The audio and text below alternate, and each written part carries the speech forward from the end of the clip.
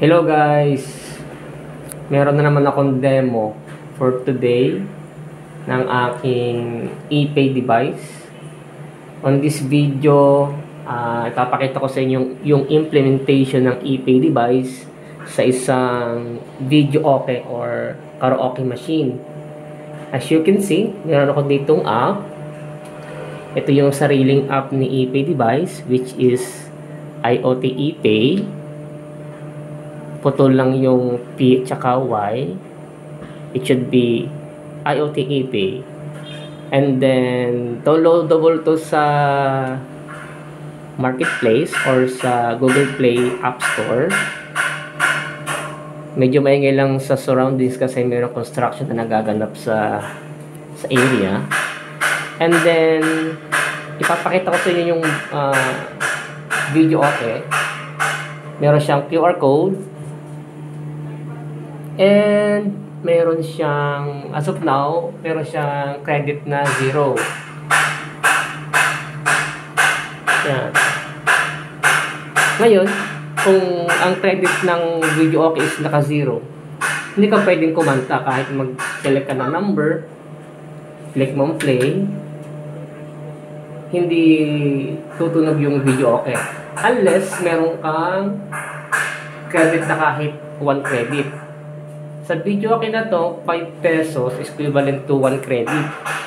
Kaya dapat, is either maghulog ka sa coin slot, pero tinanggal ko muna yung coin slot sa ating machine para lang may demo ko yung ePay device.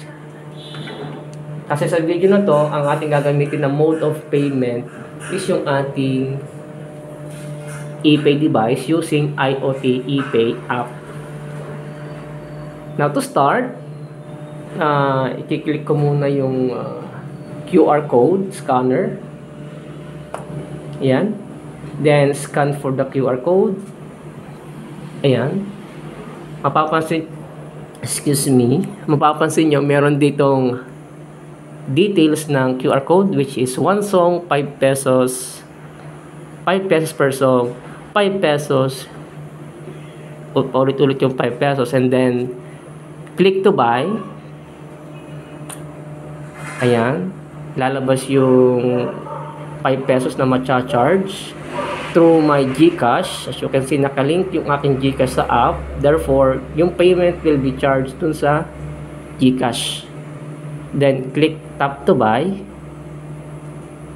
Okay, kailangan ko mag-fingerprint. Before ako mag-fingerprint, dapat may lalabas dito na credit. Ito. Dapat mag-a-add to ng 1 credit pag nag-successful yung payment ko using my app. Okay? Continue natin yung pagbayad. I-scan ko yung aking fingerprint. Processing. Wait lang natin. Payment successful. Then wait mo sa screen. Magkakaroon siya ng 1. Ito sa screen. Wait lang natin. Yun. Nakita mo, meron ng nadagdag na 1 credit. Okay? Therefore, pwede ka na ngayong mag-select ng song, then kumanta sa video okay. Yan. Diretso na yung pagtunog niya. Okay. Yan. Yun lang yung demo. Again, start ko lang. Ang ginawa natin setup dito using ePay device, which is nasa loob ng video okay, plus the IoT ePay app.